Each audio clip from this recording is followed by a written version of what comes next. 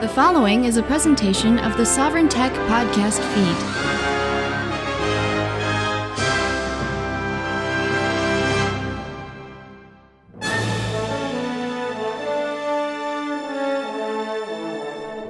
The Temporary Autonomous Zone, authored by Hakim Bey, published in 1991, brought to you by Sovryn Tech First University. The Golden Stallion, Brian Sovryn here with a little introduction to a book that, well, there's an old saying. There are books, and then there are books. This book, while technically a long essay, introduced to me many years ago by Rich Dana of Obsolete Press, was in many ways a final piece of the anarchist puzzle for me those years ago.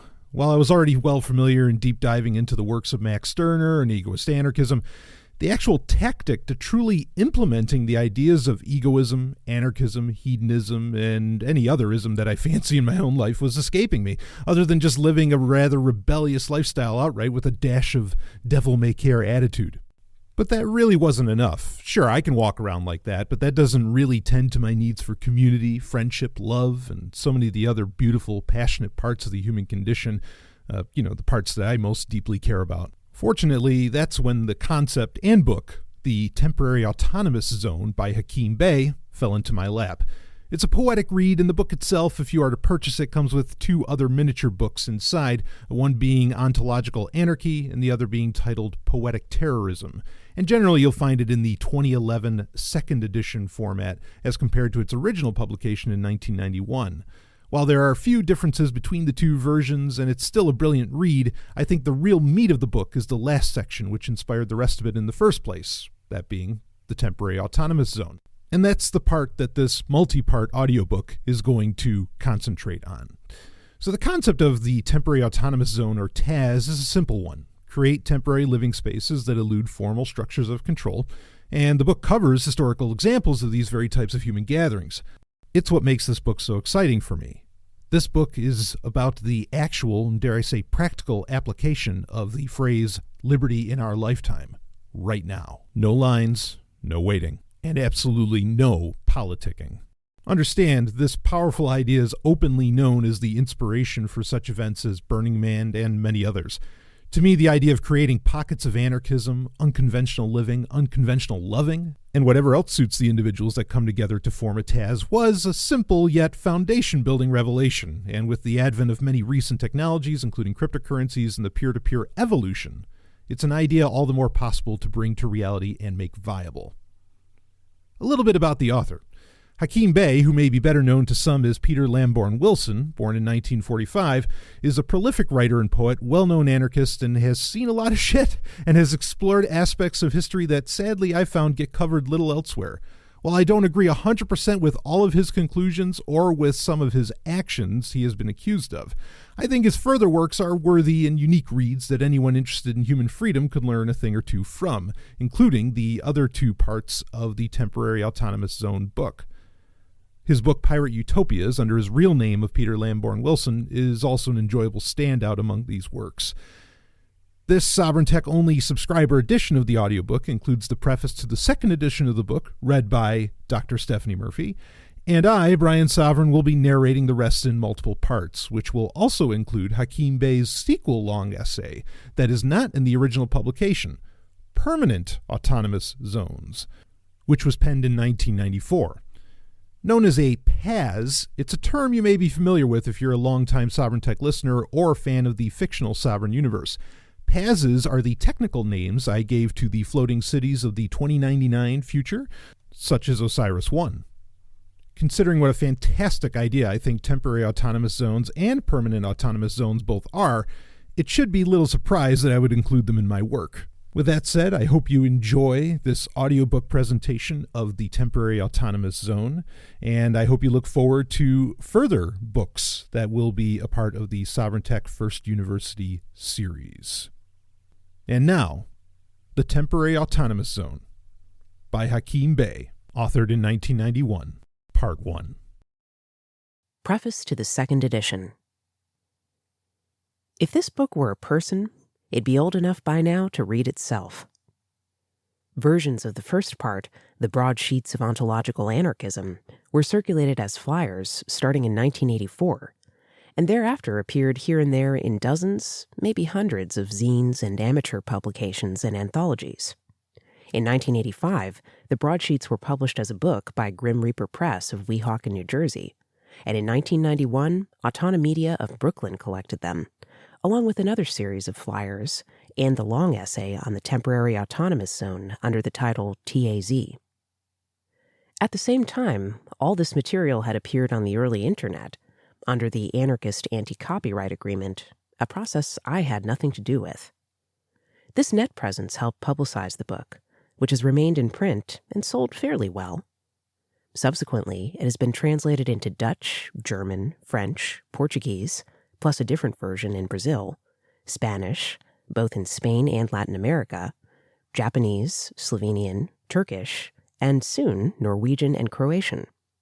Bits have appeared in other languages, including Hungarian and Bengali. I should mention that the book has been attacked as dangerous and unsavory, for example, by Murray Bookchin, and this probably helped to boost sales somewhat. TAZ feels to me very much a book of the 80s, a strangely romantic and more erotic era than the 90s, or the nameless decade we now inhabit. Looking back, I'm amazed at the extent of its anti-pessimism. The globe was undergoing rapid change, the so-called end of history, even as the book appeared.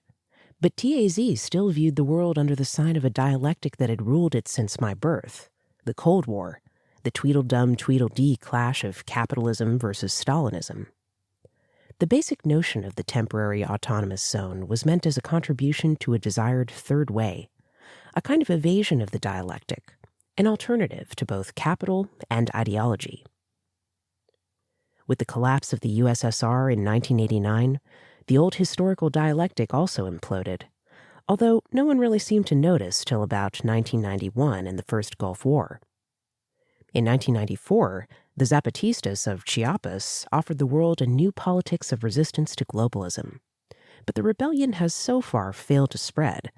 No urban Zapatismo has appeared. Instead, we now have a new phase of neoliberalism, hegemonic globalism or imperium. This signals the apparent failure of all third ways, such as third world neutralist socialism and non-aligned leftism, including even the hippie punk anarchism that informs TAZ. In fact, even the third world has disappeared. How can there exist a third world without a second world?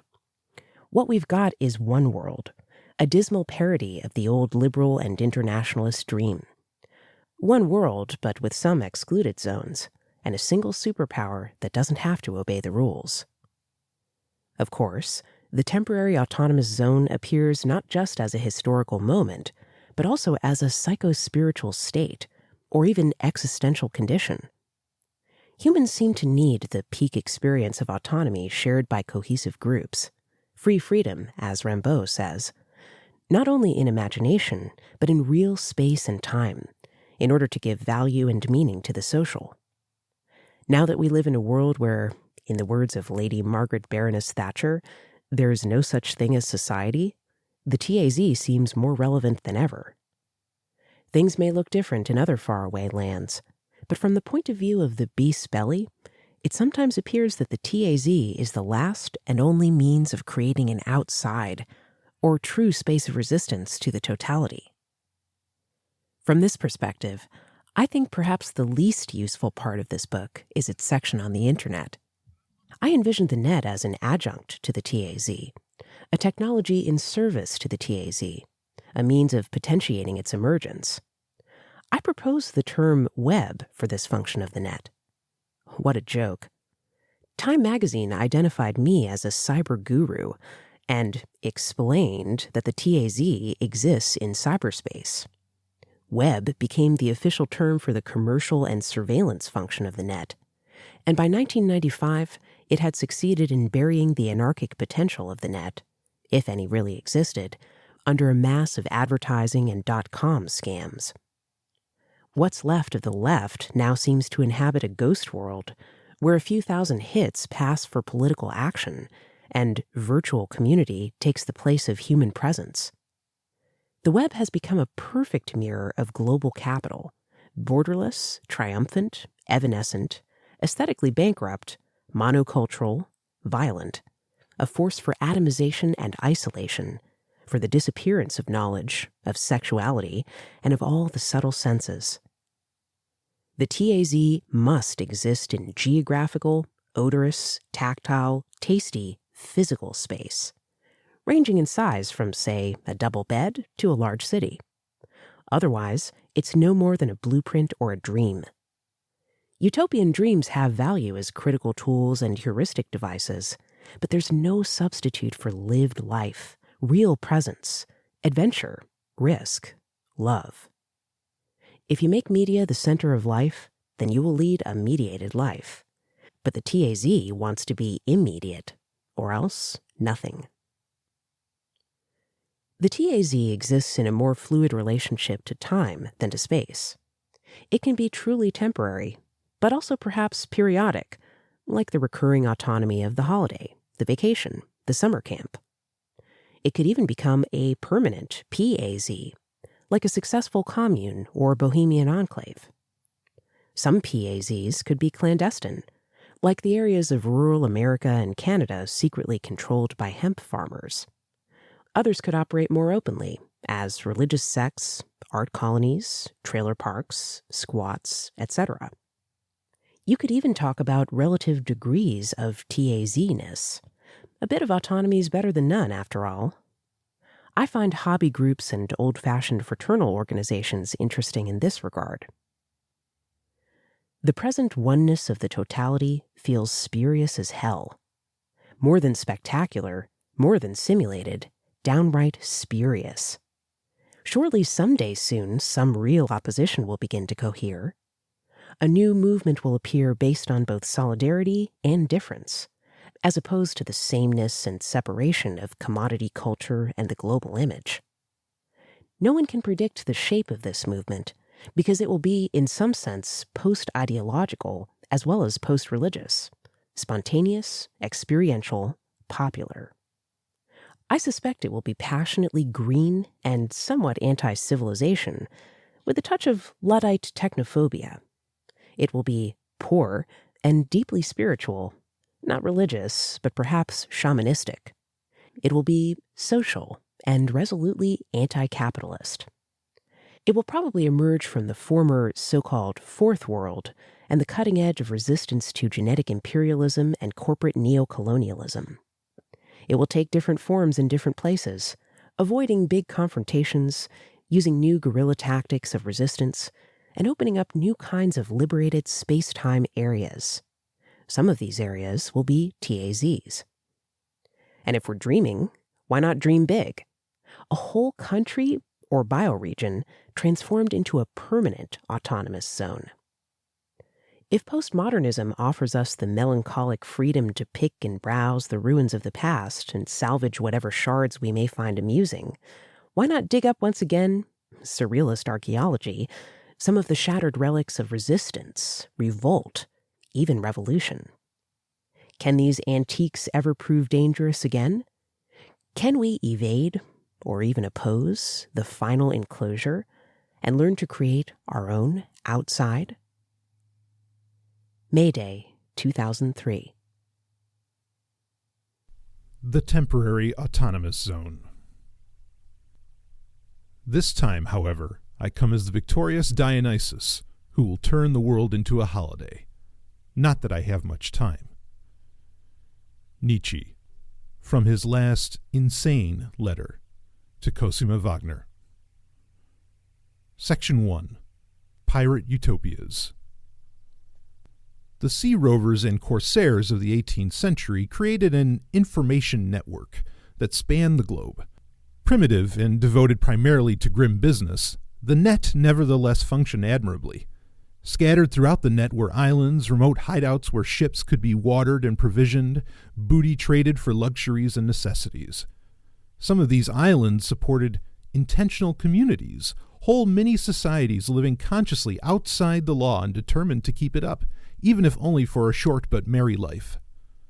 Some years ago, I looked through a lot of secondary material on piracy, hoping to find a study of these enclaves, but it appeared as if no historian has yet found them worthy of analysis. William Burroughs has mentioned the subject, as did the late British anarchist Larry Law, but no systematic research has been carried out. I retreated to primary sources and constructed my own theory, some aspects of which will be discussed in this essay. I called the settlements pirate utopias. Recently, Bruce Sterling, one of the leading exponents of cyberpunk science fiction, published a near-future romance based on the assumption that the decay of political systems will lead to a decentralized proliferation of experiments in living, giant worker-owned corporations, independent enclaves devoted to data piracy, green social democrat enclaves, zero-work enclaves, anarchist liberated zones, etc. The information economy which supports this diversity is called the net. The enclaves in the book's title are Islands in the Net. The medieval assassins founded a state which consisted of a network of remote mountain valleys and castles, separated by thousands of miles, strategically invulnerable to invasion, connected by the information flow of secret agents at war with all governments, and devoted only to knowledge. Modern technology, culminating in the spy satellite, makes this kind of autonomy a romantic dream. No more pirate islands.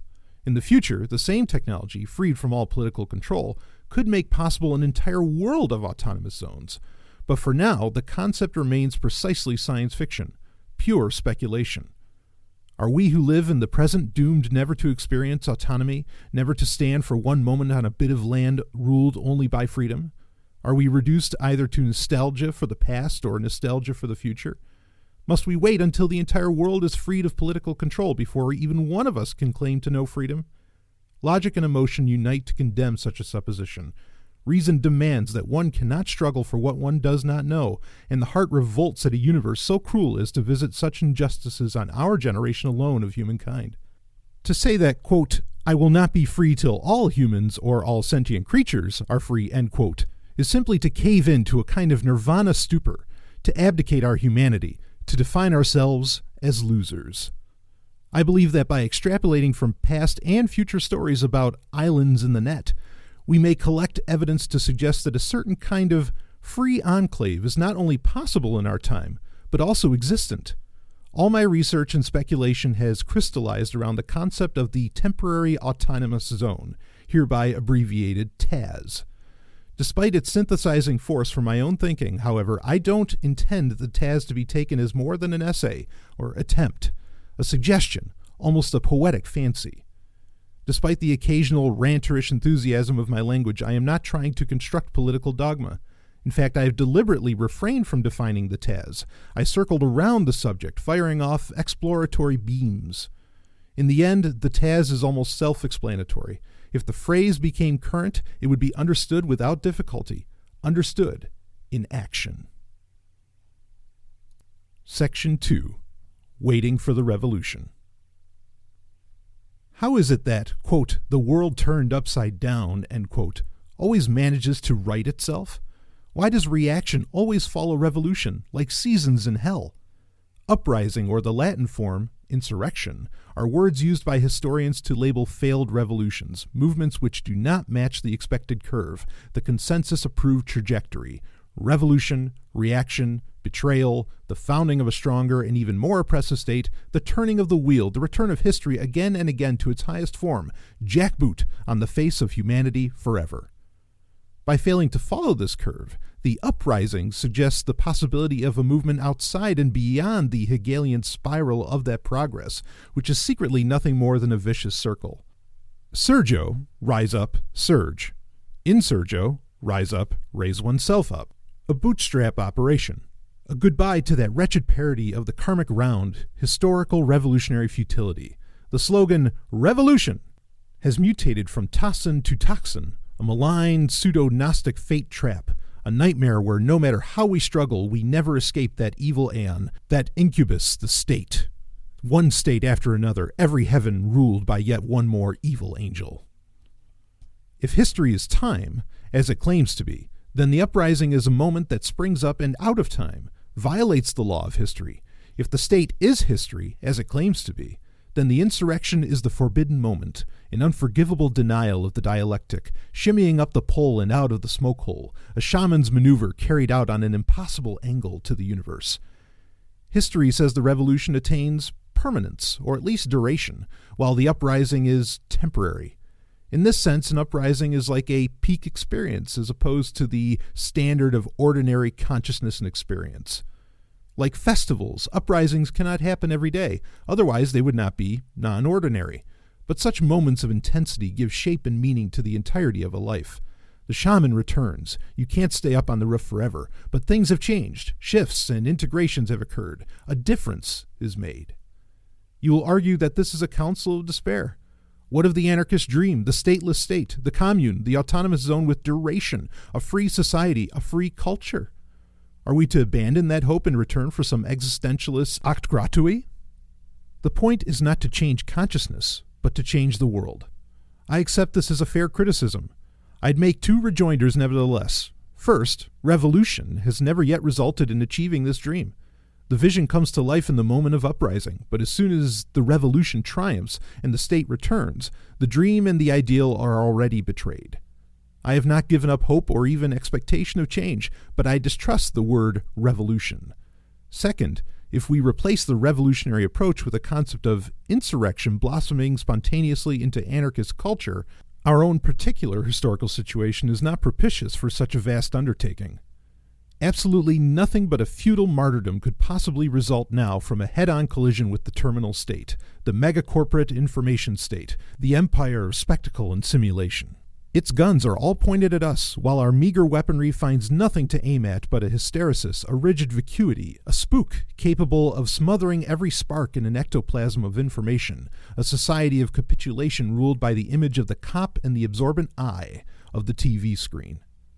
In short, we're not touting the Taz as an exclusive end in itself, replacing all other forms of organization, tactics, and goals. We recommend it because it can provide the quality of enhancement associated with the uprising, without necessarily leading to violence and martyrdom. The Taz is like an uprising which does not engage directly with the state, a guerrilla operation which liberates an area of land, of time, of imagination, and then dissolves itself to reform elsewhere, elsewhen, before the state can crush it. Because the state is concerned primarily with simulation rather than substance, the Taz can occupy these areas clandestinely and carry on its festal purposes for quite a while in relative peace. Perhaps certain small Tazes have lasted whole lifetimes because they went unnoticed, like hillbilly enclaves, because they never intersected with the spectacle, never appeared outside that real life which is invisible to the agents of simulation. Babylon takes its abstractions for realities. Precisely within this margin of error, the Taz can come into existence. Getting the Taz started may involve tactics of violence and defense, but its greatest strength lies in its invisibility. The state cannot recognize it because history has no definition of it. As soon as the Taz is named, represented, mediated, it must vanish. It will vanish, leaving behind it an empty husk, only to spring up again somewhere else, once again invisible because undefinable in terms of the spectacle. The Taz is thus a perfect tactic for an era in which the state is omnipresent and all-powerful, and yet simultaneously riddled with cracks and vacancies. And because the Taz is a microcosm of that anarchist dream of a free culture, I can think of no better tactic by which to work toward that goal while at the same time experiencing some of its benefits here and now. In sum, realism demands not only that we give up waiting for the revolution, but also that we give up wanting it. Uprising, yes, as often as possible and even at the risk of violence.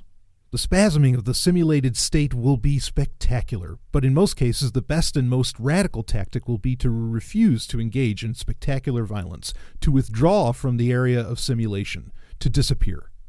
The Taz is an encampment of guerrilla ontologists. Strike and run away. Keep moving the entire tribe, even if it's only data in the web. The Taz must be capable of defense, but both the strike and the defense should, if possible, evade the violence of the state, which is no longer a meaningful violence. The strike is made at structures of control, essentially at ideas. The defense is invisibility, a martial art, and invulnerability, an occult art within the martial arts. The nomadic war machine conquers without being noticed and moves on before the map can be adjusted. As to the future, only the autonomous can plan autonomy, organize for it, create it. it's a bootstrap operation. The first step is somewhat akin to Satori, the realization that the Taz begins with a simple act of realization. Section 3. The Psychotopology of Everyday Life. The concept of the Taz arises first out of a critique of revolution and an appreciation of the insurrection. The former labels the latter a failure, but for us, uprising represents a far more interesting possibility from the standard of a psychology of liberation than all the, quote, successful, end quote, revolutions of the bourgeoisie, communists, fascists, etc. The second generating force behind the Taz springs from the historical development I call, quote, the closure of the map, end quote. The last bit of earth unclaimed by any nation-state was eaten up in 1899. Ours is the first century without terra incognita, without a frontier. Nationality is the highest principle of world governance. Not one speck of rock in the South Seas can be left open, not one remote valley, not even the moon and planets. This is the apotheosis of territorial gangsterism. Not one square inch of earth goes unpoliced or untaxed, in theory. The map is a political abstract grid, a gigantic con enforced by the carrot-slash-stick conditioning of the expert state, until for most of us the map becomes the territory, no longer Turtle Island, but the USA. And yet because the map is an abstraction, it cannot cover Earth with one-to-one accuracy. Within the fractal complexities of actual geography, the map can see only dimensional grids. Hidden enfolded immensities escape the measuring rod. The map is not accurate. The map cannot be accurate. So, revolution is closed, but insurgency is open. For the time being, we concentrate our force on temporary, quote, power surges, end quote, avoiding all entanglements with, quote, permanent solutions, end quote. And the map is closed, but the autonomous zone is open. Metaphorically, it unfolds within the fractal dimensions invisible to the cartography of control. And here we should introduce the concept of psychotopology and topography as an alternative science to that of the state's surveying and map-making and psychic imperialism. Only psychotopography can draw one-to-one maps of reality because only the human mind provides sufficient complexity to model the real. But a one-to-one map cannot control its territory because it is virtually identical with its territory. It can only be used to suggest, in a sense, gesture toward certain features. We are looking for spaces, geographic, social, cultural, imaginal, with potential to flower as autonomous zones, and we are looking for times in which these spaces are relatively open, either through neglect on the part of the state, or because they have somehow escaped notice by the map makers, or for whatever reason.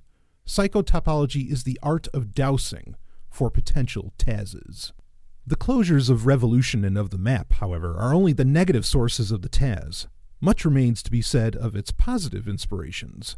Reaction alone cannot provide the energy needed to manifest a Taz. An uprising must be for something as well. 1. First, we can speak of natural anthropology of the Taz. The nuclear family is the base unit of consensus society, but not of the Taz. Quote, families, how I hate them, the misers of love, end quote, Gide.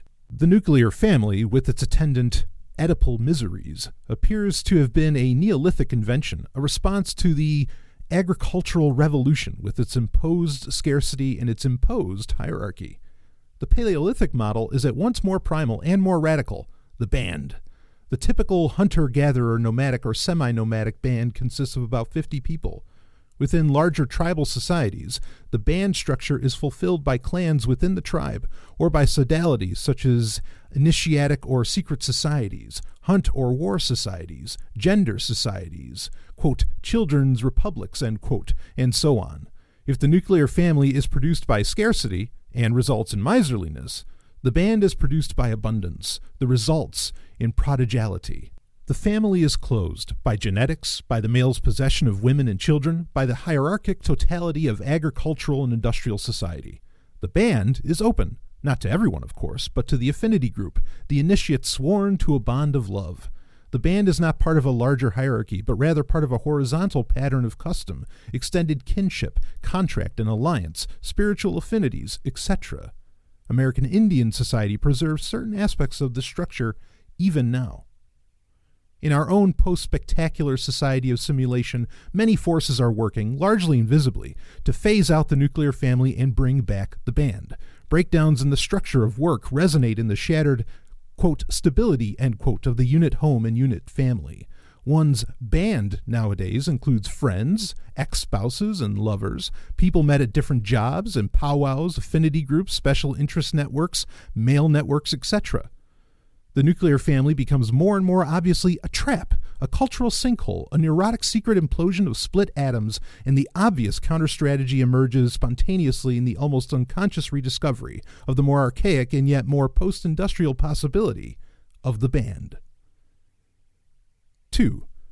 The Taz as festival. Stephen Pearl Andrews once offered, as an image of anarchist society, the dinner party, in which all structure of authority dissolves in conviviality and celebration. Here we might also invoke Fourier and his concept of the senses as the basis of social becoming, Touchrut and gastrosophy, and as pan to the neglected implications of smell and taste. The ancient concepts of Jubilee and Saturnalia originate in an intuition that certain events lie outside the scope of profane time, the measuring rod of the state and of history. These holidays literally occupied gaps in the calendar, intercalary intervals. By the Middle Ages, nearly a third of the year was given over to holidays. Perhaps the riots against calendar reform had less to do with the, quote, 11 lost days, end quote, than with the sense that imperial science was conspiring to close up these gaps in the calendar where people's freedoms had accumulated. A coup d'etat, a mapping of the year, a seizure of time itself, turning the organic cosmos into a clockwork universe. The death of the festival. Participants in insurrection invariably note its festive aspects, even in the midst of armed struggle, danger, and risk. The uprising is like a Saturnalia which has slipped loose, or been forced to vanish, from its intercalary interval and is now at liberty to pop up anywhere or when. Freed of time and place, it nevertheless possesses a nose for the ripeness of events, and an affinity for the genius loci. The science of psychotopology indicates flows of forces and spots of power, to borrow occultist metaphors, which localize the Taz spatio-temporally, or at least help to define its relation to moment and locale. The media invite us to, quote, come celebrate the moments of your life, end quote, with the spurious unification of commodity and spectacle, the famous non-event of pure representation.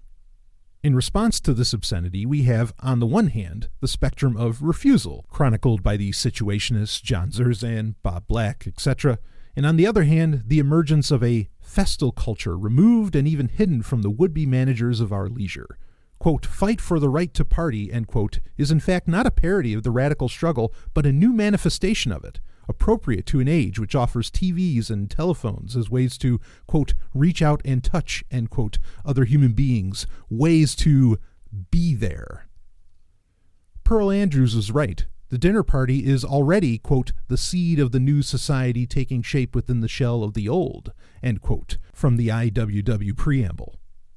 The 60s-style tribal gathering, the forced conclave of eco-saboteurs, the idyllic Beltane of the neo-pagans, anarchist conferences, gay fairy circles, Harlem rent parties of the 20s, nightclubs, banquets, old-time libertarian picnics. We should realize that all these are already, quote, liberated zones, end quote, of a sort, or at least potential Tazes.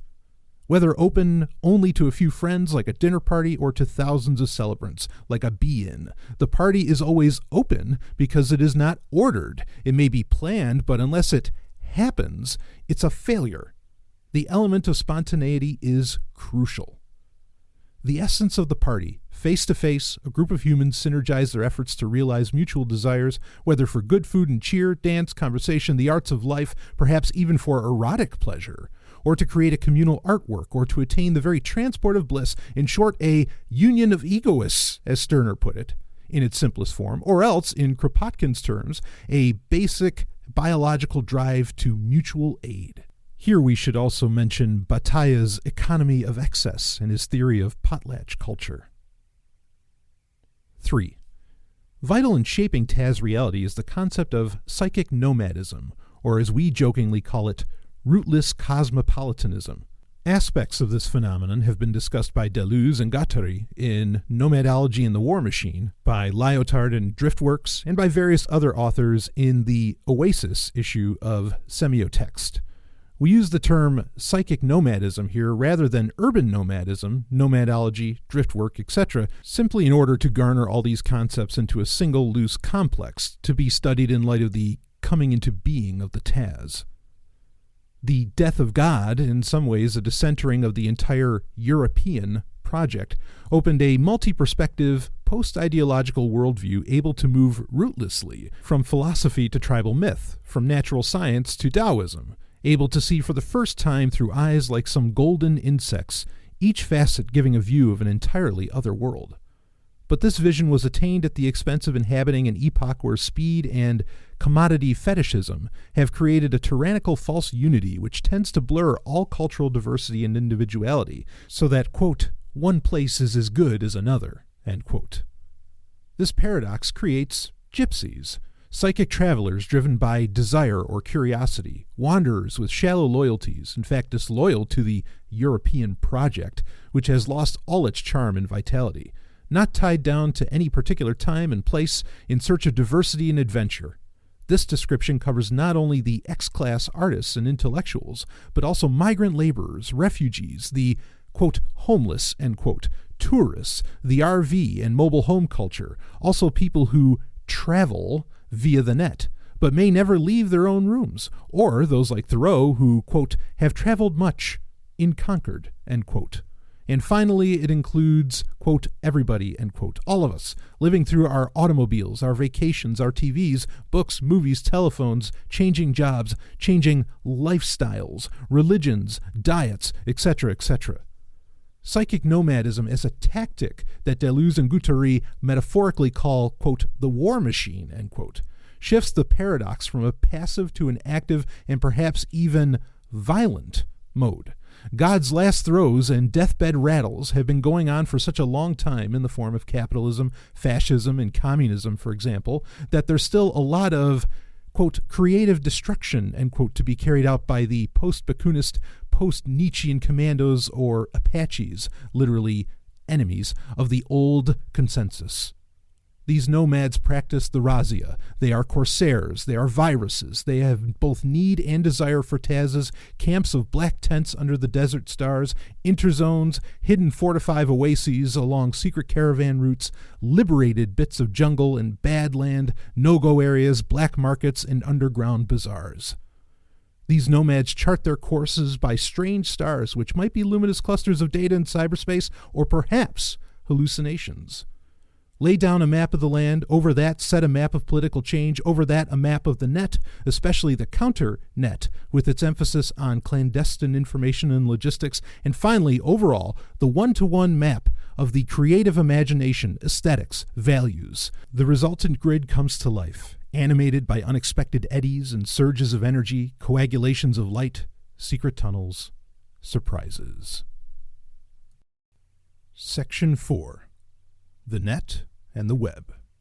The next factor contributing to the Taz is so vast and ambiguous that it needs a section unto itself. We've spoken of the net, which can be defined as the totality of all information and communication transfer. Some of these transfers are privileged and limited to various elites, which gives the net a hierarchic aspect. Other transactions are open to all, so the net has a horizontal or non-hierarchic aspect as well. Military and intelligence data are restricted, as are banking and currency information and the like. But for the most part, the telephone, the postal system, public databanks, etc. are accessible to everyone and anyone. Thus, within the net, there has begun to emerge a shadowy sort of counter-net, which we will call the web, as if the net were a fishing net and the web were spider webs woven through the interstices and broken sections of the net. Generally, we'll use the term web to refer to the alternate horizontal open structure of info exchange, the non-hierarchic network, and reserve the term counternet to indicate clandestine, illegal, and rebellious use of the web, including actual data piracy and other forms of leeching off the net itself. Net, web, and counternet are all parts of the same whole pattern complex. They blur into each other at innumerable points. The terms are not meant to define areas, but to suggest tendencies. Digression. Before you condemn the web or counternet for its parasitism, which can never be a truly revolutionary force, ask yourself what production consists of in the age of simulation. What is the productive class?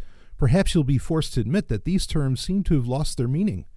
In any case, the answers to such questions are so complex that the Taz tends to ignore them altogether and simply picks up what it can use. Quote, culture is our nature, end quote, and we are the thieving magpies, or the hunter-gatherers of the world of Comtech.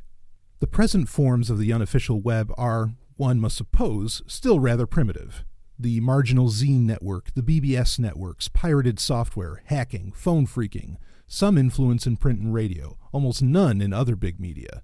No TV stations, no satellites, no fiber optics, no cable, etc., etc. However, the net itself presents a pattern of changing and evolving relations between subjects, users, and objects, data. The nature of these relations has been exhaustively explored from McLuhan to Virilio. It would take pages and pages to prove what by now everyone knows. Rather than rehash it all, I am interested in asking how these evolving relations suggest modes of implementation for the Taz. The Taz has a temporary but actual location in time and a temporary but actual location in space. But clearly it must also have location in the web, and this location is of a different sort, not actual but virtual, not immediate but instantaneous. The web not only provides logistical support for the Taz, it also helps to bring it into being. Crudely speaking, one might say that the Taz exists in information space as well as in the real world. The web can compact a great deal of time as data into an infinitesimal space. We have noted that the Taz, because it is temporary, must necessarily lack some of the advantages of a freedom which experiences duration and a more or less fixed locale. But the web can provide a kind of substitute for some of this duration and locale.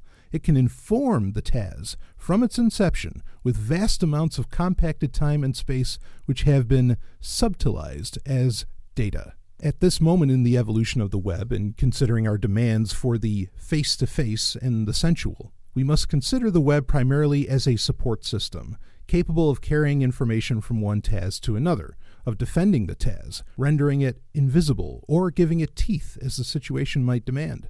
But more than that, if the Taz is a nomad camp, then the web helps provide the epics, songs, genealogies, and legends of the tribe. It provides the secret caravan routes and raiding trails which make up the flow lines of tribal economy. It even contains some of the very roads they will follow, some of the very dreams they will experience as signs and portents. The web does not depend for its existence on any computer technology. Word of mouth, mail, the marginal zine network, phone trees, and the like already suffice to construct an information network. The key is not the brand or level of tech involved, but the openness and horizontality of the structure. Nevertheless, the whole concept of the net implies the use of computers. In the sci-fi imagination, the net is headed for the condition of cyberspace, as in Tron or Neuromancer, and the pseudo-telepathy of virtual reality. As a cyberpunk fan, I can't help but envision reality hacking playing a major role in the creation of Tazes. Like Gibson and Sterling, I am assuming that the official net will never succeed in shutting down the web or the counternet. That data piracy, unauthorized transmissions, and the free flow of information can never be frozen. In fact, as I understand it, chaos theory predicts that any universal control system is impossible. However, leaving aside all mere speculation about the future, we must face a very serious question about the web and the tech it involves. The Taz desires above all to avoid mediation, to experience its existence as immediate. The very essence of the affair is breast to breast, as the Sufis say, or face to face. But, the very essence of the web is mediation. Machines here are our ambassadors. The flesh is irrelevant except as a terminal, with all the sinister connotations of the term. The Taz may perhaps best find its own space by wrapping its head around two seemingly contradictory attitudes towards high-tech and its apotheosis, the net. One, that we might call the Fifth Estate, neo-Paleolithic, post-situ ultra-green position, which construes itself as a Luddite argument against mediation and against the net, and two, the cyberpunk utopianists, futuro-libertarians, reality hackers, and their allies who see the net as a step forward in evolution and who assume that any possible ill effects of mediation can be overcome, at least once we've liberated the means of production. The TAS agrees with the hackers because it wants to come into being, in part, through the net, even through the mediation of the net. But it also agrees with the Greens because it retains intense awareness of itself as body and feels only revulsion for cybergnosis, the attempt to transcend the body through instantaneity and simulation. The TAS tends to view the tech-anti-tech dichotomy as misleading, like most dichotomies in which apparent opposites turn out to be falsifications or even hallucinations caused by semantics. This is a way of saying that the TAS wants to live in this world, not in the idea of another world, some visionary world born of false unification, all green or all metal, which can only be more pie in the sky by and by, or as Alice put it, quote, jam yesterday or jam tomorrow, but never jam today, end quote.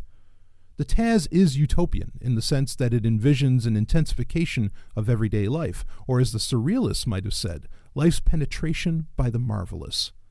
But it cannot be utopian in the actual meaning of the word, nowhere or no place. The TAS is somewhere. It lies at the intersection of many forces, like some pagan power spot at the junction of mystery ley lines, visible to the adept in seemingly unrelated bits of terrain, landscape, flows of air, water, animals. But now the lines are not all etched in time and space. Some of them exist only within the web, even though they also intersect with real times and places. Perhaps some of the lines are non-ordinary in the sense that no convention for quantifying them exists. These lines might better be studied in the light of chaos science than of sociology, statistics, economics, etc. The patterns of force which bring the TAS into being have something in common with those chaotic, strange attractors which exist, so to speak, between the dimensions. The TAS, by its very nature, seizes every available means to realize itself. It will come to life whether in a cave or an L5 space city, but above all it will live, now, or as soon as possible, in however suspect or ramshackle a form, spontaneously without regard for ideology or even anti-ideology. It will use the computer because the computer exists, but it will also use powers which are so completely unrelated to alienation or simulation that they guarantee a certain psychic paleolithism to the TAS, a primordial, shamanic spirit which will infect even the net itself, the true meaning of cyberpunk as I read it. Because the TAS is an intensification, a surplus, an excess, a potlatch life spending itself in living rather than merely surviving, that sniveling shibboleth of the 80s, it cannot be defined either by tech or anti-tech. It contradicts itself like a true despiser of hobgoblins, because it wills itself to be, at any cost, in damage to perfection, to the immobility of the final. In the Mandelbrot set and its computer graphic realization, we watch, in a fractal universe, maps which are embedded and in fact hidden within maps, etc., to the limits of computational power. What is it for, this map which in a sense bears a one-to-one relation with a fractal dimension? What can one do with it other than admire its psychedelic elegance? If we were to imagine an information map, a cartographic projection of the net in its entirety, we would have to include in it the features of chaos, which have already begun to appear, for example, in the operations of complex parallel processing, telecommunications, transfers of electronic money, viruses, guerrilla hacking, and so on. Each of these areas of chaos should be represented by topographs similar to the Mandelbrot set, such that the peninsulas are embedded or hidden within the map, such that they seem to disappear. This writing, parts of which vanish, parts of which efface themselves, represents the very process by which the net is already compromised, incomplete to its own view, ultimately uncontrollable. In other words, the M-set, or something like it, might prove to be useful in plotting, in all senses of the word, the emergence of the counternet as a chaotic process, a creative evolution, in Prigozhin's term. If nothing else, the M-set serves as a metaphor for a mapping of the TAS's interface with the net as a disappearance of information. Every catastrophe in the net is a node of power for the web, the counternet. The net will be damaged by chaos, while the web may thrive on it. Whether through simple data piracy or else by a more complex development of actual rapport with chaos, The web hacker, the cyber technician of the TAS, will find ways to take advantage of the perturbations, crashes, and breakdowns in the net, ways to make information out of entropy. As a break-allure, a scavenger of information shards, smuggler, blackmailer, perhaps even cyber terrorist, the TAS hacker will work for the evolution of clandestine fractal connections. These connections, and the different information that flows among and between them, will form power outlets for the coming into being of the TAS itself, as if one were to steal electricity from the energy monopoly to light an abandoned house for squatters.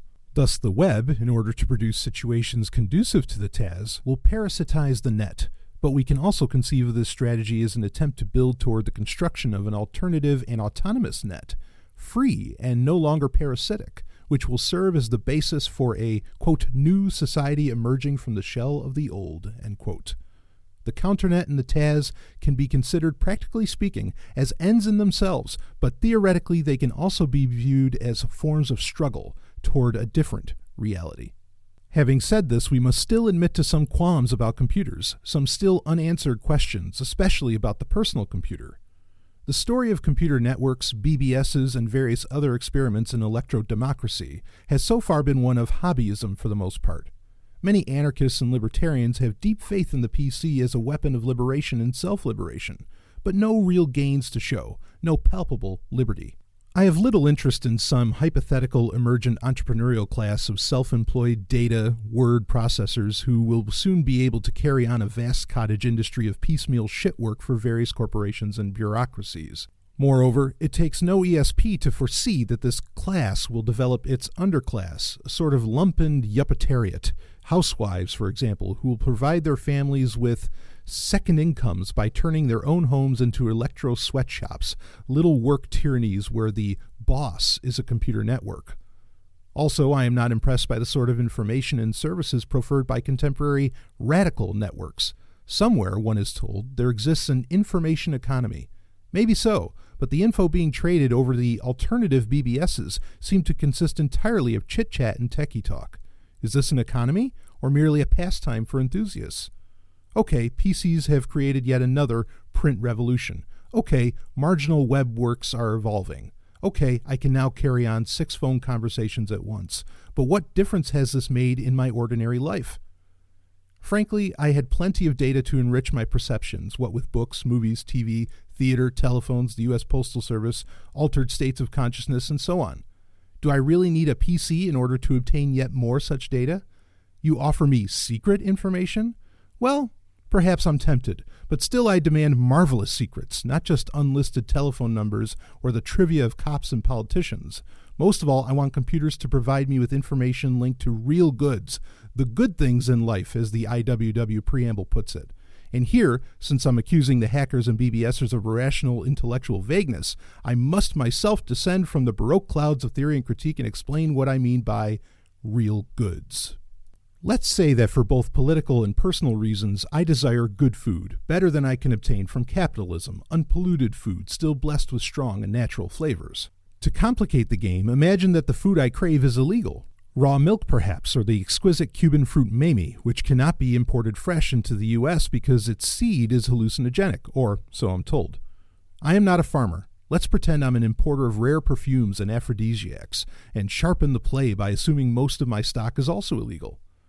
Or maybe I only want to trade word processing services for organic turnips, but refuse to report the transaction to the IRS, as required by law, believe it or not. Or maybe I want to meet other humans for consensual but illegal acts of mutual pleasure. This has actually been tried, but all the hard sex BBSs have been busted, and what use is an underground with lousy security?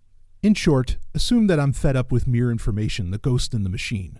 According to you, computers should already be quite capable of facilitating my desires for food, drugs, sex, tax evasion. So what's the matter?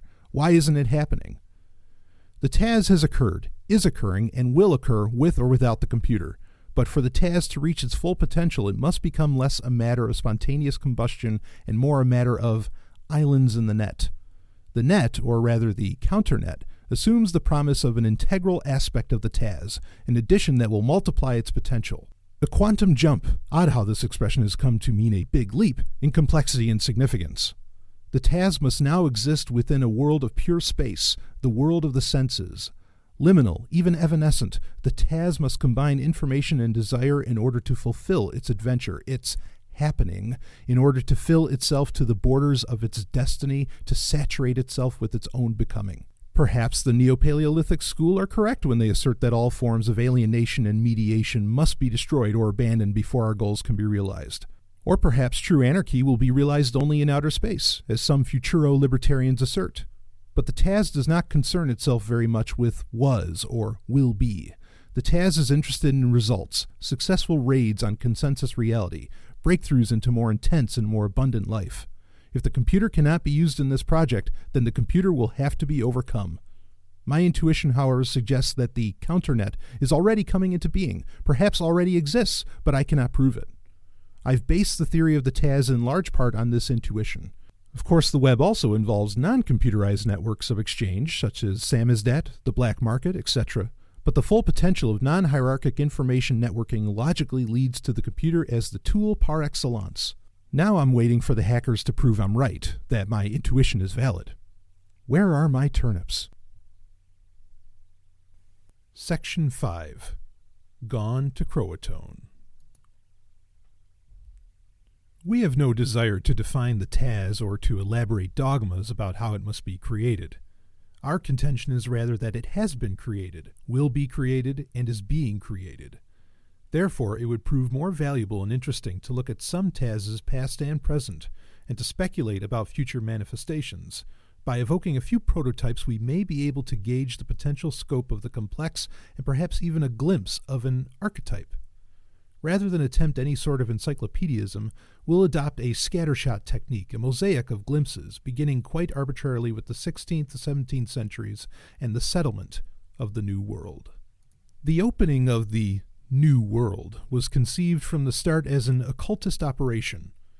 The magus John Dee, spiritual advisor to Elizabeth I, seems to have invented the concept of magical imperialism and infected an entire generation with it. Helkiot and Raleigh fell under his spell, and Raleigh used his connections with the School of Night, a cabal of advanced thinkers, aristocrats, and adepts, to further the causes of exploration, colonization, and map-making. The Tempest was a propaganda piece for the new ideology, and the Roanoke colony was its first showcase experiment. The alchemical view of the New World associated it with materia prima, or heil, the state of nature, innocence and all possibility, quote, Virginia, end quote, a chaos or inchoateness which the adept would transmute into gold, that is, into spiritual perfection as well as material abundance.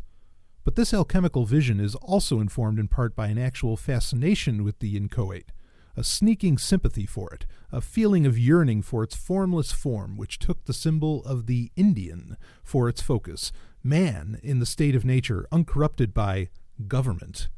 Caliban, the wild man, is lodged like a virus in the very machine of occult imperialism. The forest/animals/humans are invested from the very start with the magic power of the marginal, despised and outcast. On the one hand, Caliban is ugly, and nature a howling wilderness. On the other, Caliban is noble and unchained, and nature an Eden. This split in European consciousness predates the romantic classical dichotomy. It's rooted in Renaissance high magic. The discovery of America, El Dorado, the fountain of youth, crystallized it and precipitated in actual schemes for colonization. We were taught in elementary school that the first settlements in Roanoke failed. The colonists disappeared, leaving behind them only the cryptic message, quote, gone to Croatone, end quote. Later, reports of gray-eyed Indians were dismissed as legend. What really happened, the textbook implied, was that the Indians massacred the defenseless settlers. However, Croatone was not some El Dorado. It was the name of a neighboring tribe of friendly Indians. Apparently, the settlement was simply moved back from the coast into the Great Dismal Swamp and absorbed into the tribe. And the gray-eyed Indians were real. They're still there, and they still call themselves Croatones. So, the very first colony in the New World chose to renounce its contract with Prospero, Raleigh, the empire, and go forward to the wild men with Caliban. They dropped out. They became Indians, went native, opted for chaos over the appalling miseries of surfing for the plutocrats and intellectuals of London. As America came into being where once there had been Turtle Island, Croatoan remained embedded in its collective psyche. Out beyond the frontier, the state of nature, i.e., no state, still prevailed, and within the consciousness of the settlers the option of wildness always lurked, the temptation to give up on church, farm work, literacy, taxes, all the burdens of civilization, and, quote, go to Croatoan, end quote, in some way or another. Moreover, as the revolution in England was betrayed, first by Cromwell and then by Restoration, waves of Protestant radicals fled or were transported to the New World, which had now become a prison, a place of exile. Antinomians, familists, rogue Quakers, levelers, diggers, and ranters were now introduced to the occult shadow of wildness and rushed to embrace it. Anne Hutchinson and her friends were only the best known, i.e. the most upper class, of the antinomians, having had the bad luck to be caught up in Bay Colony politics, but a much more radical wing of the movement clearly existed. The incidents Hawthorne relates in The Maypole of Marymount are thoroughly historical. Apparently, the extremists had decided to renounce Christianity altogether and revert to paganism. If they had succeeded in uniting with their Indian allies, the result might have been an antinomian/Celtic/Algonquin syncretic religion, a sort of 17th century North American Santeria. Sectarians were able to thrive better under the looser and more corrupt administrations in the Caribbean, where rival European interests had left many islands deserted or even unclaimed.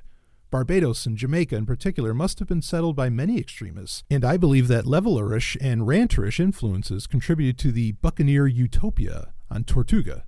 Here, for the first time, thanks to Escamilla, we can study a successful New World proto-Taz in some depth. Fleeing from hideous, quote, benefits, end quote, of imperialism such as slavery, serfdom, racism, and intolerance from the tortures of impressment and the living death of the plantations, the buccaneers adopted Indian ways, intermarried with Caribs, accepted blacks and Spaniards as equals, rejected all nationality, elected their captains democratically, and reverted to the, quote, state of nature, end quote. Having declared themselves, quote, at war with all the world, end quote, they sailed forth to plunder under mutual contracts called articles, which were so egalitarian that every member received a full share, and the captain usually only 1 1/4 or 1 1/2 shares. Flogging and punishments were forbidden. Quarrels were settled by vote or by the code duello. It is simply wrong to brand the pirates as mere seagoing highwaymen or even proto-capitalists, as some historians have done. In a sense, they were social bandits, although their base communities were not traditional peasant societies, but utopias created almost ex nihilo in terra incognita, enclaves of total liberty occupying empty spaces on the map. After the fall of Tortuga, the buccaneer ideal remained alive all through the golden age of piracy, circa 1660 to 1720, and resulted in land settlements in Belize, for example, which was founded by buccaneers. Then, as the scene shifted to Madagascar, an island still unclaimed by an imperial power and ruled only by a patchwork of native kings, chiefs, eager for pirate allies, the pirate utopia reached its highest form. Defoe's account of Captain Mission and the founding of Libertatia may be, as some historians claim, a literary hoax meant to propagandize for radical Whig theory, but it was embedded in the general history of the pirates, 1724 to 28, most of which is still accepted as true and accurate. Moreover, the story of Captain Mission was not criticized when the book appeared, and many old Madagascar hands still survived. They seem to have believed it, no doubt because they had experienced pirate enclaves very much like Libertatia. Once again, rescued slaves, natives, and even traditional enemies such as the Portuguese were all invited to join as equals. Liberating slave ships was a major preoccupation. Land was held in common, representatives elected for short terms, booty shared, doctrines of liberty were preached far more radical than even those of common sense. Libertatia hoped to endure, and Mission died in its defense. But most of the pirate utopias were meant to be temporary. In fact, the Corsairs' true republics were their ships, which sailed under articles. The shore enclaves usually had no law at all.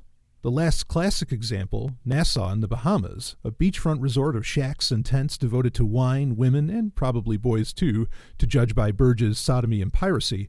Song, the pirates were inordinately fond of music and used to hire on bands for entire cruises, and wretched excess, vanished overnight when the British fleet appeared in the bay. Blackbeard and Calico Jack Rackham and his crew of pirate women moved on to wilder shores and nastier fates, while others meekly accepted the pardon and reformed. But the buccaneer tradition lasted, both in Madagascar, where the mixed blood children of the pirates began to carve out kingdoms of their own, and in the Caribbean, where escaped slaves as well as mixed black, white, red groups were able to thrive in the mountains and backlands as Maroons. The Maroon community in Jamaica still retained a degree of autonomy, and many of the old folkways when Zora Neale Hurston visited there in the 1920s. See Tell My Horse. The Maroons of Suriname still practice African paganism.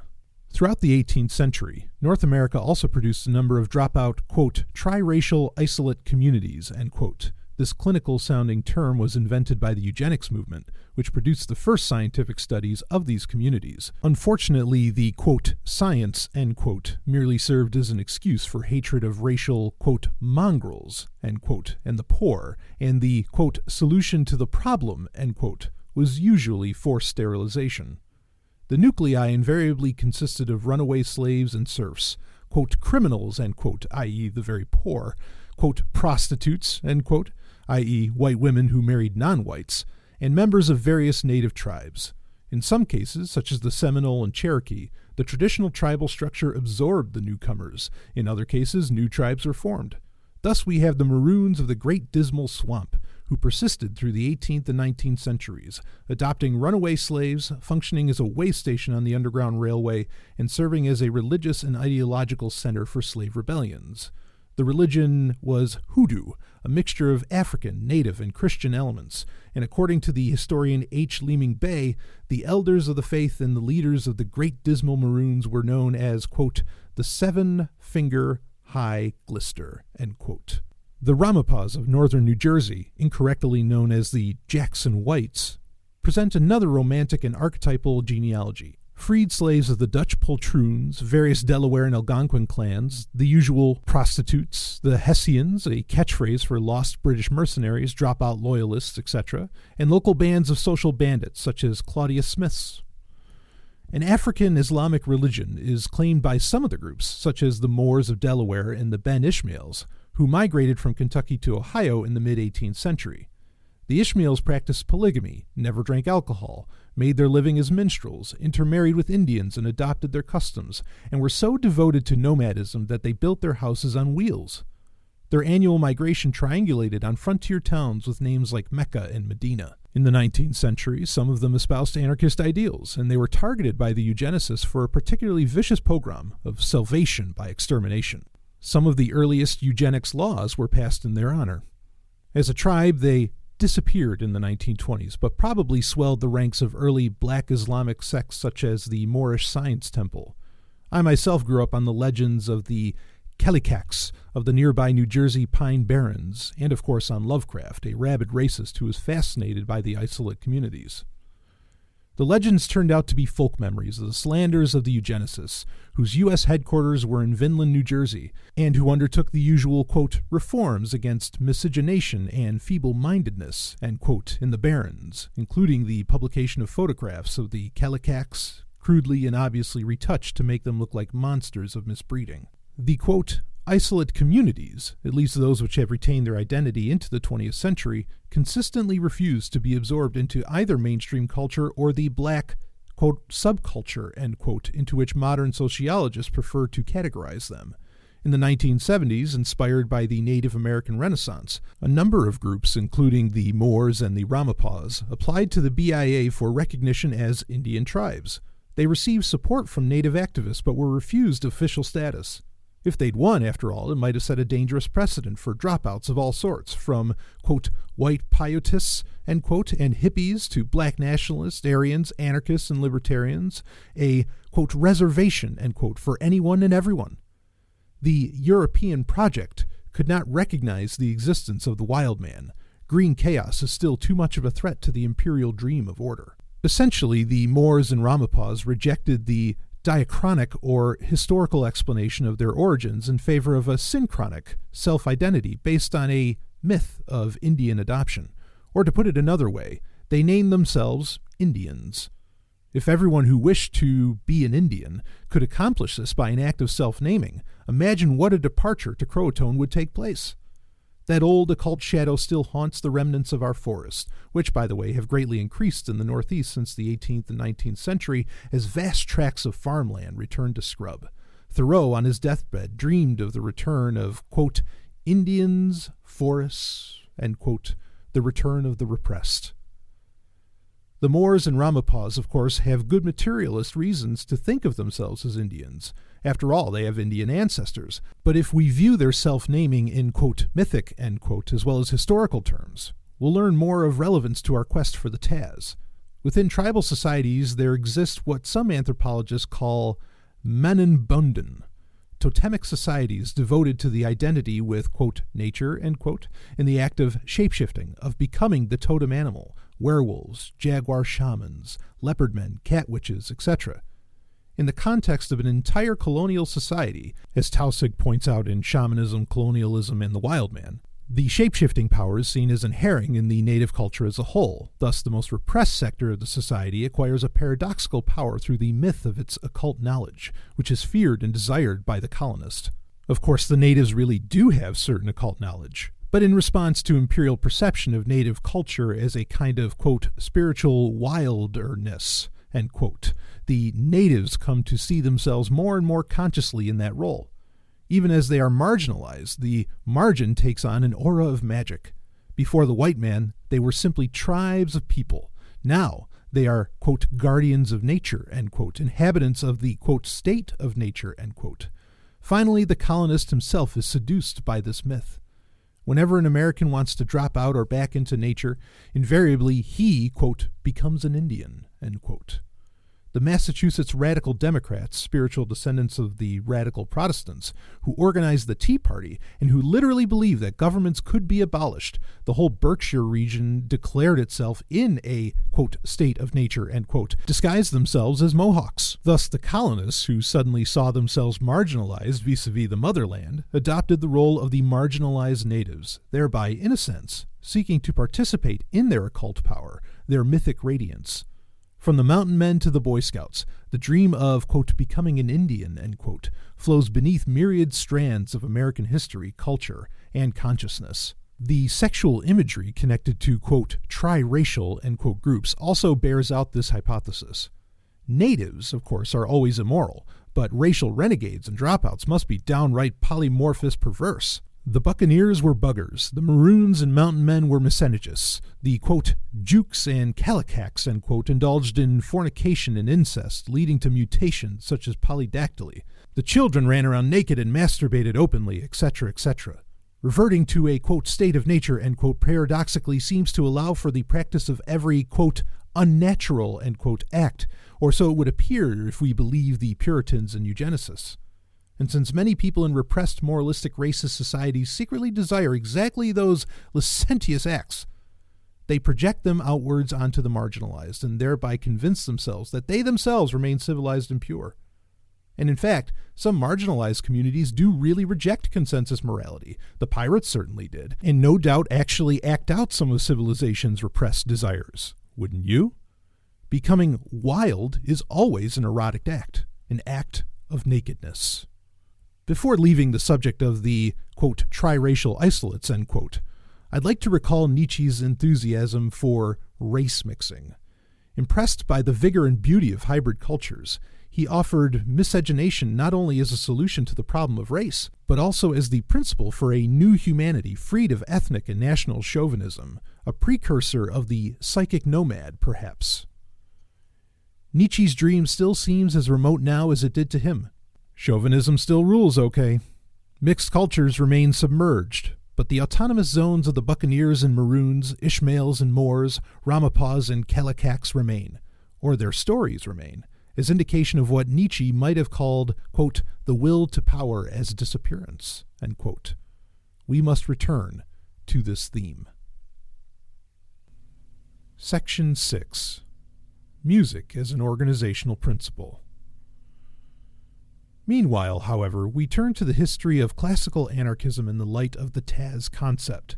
Before the, quote, closure of the map, end quote, a good deal of anti-authoritarian energy went into escapist communes, such as Modern Times, the various phalansteries, and so on. Interestingly, some of them were not intended to last forever, but only as long as the project proved fulfilling. By socialist utopian standards, these experiments were, quote, failures, end quote, and therefore we knew little about them.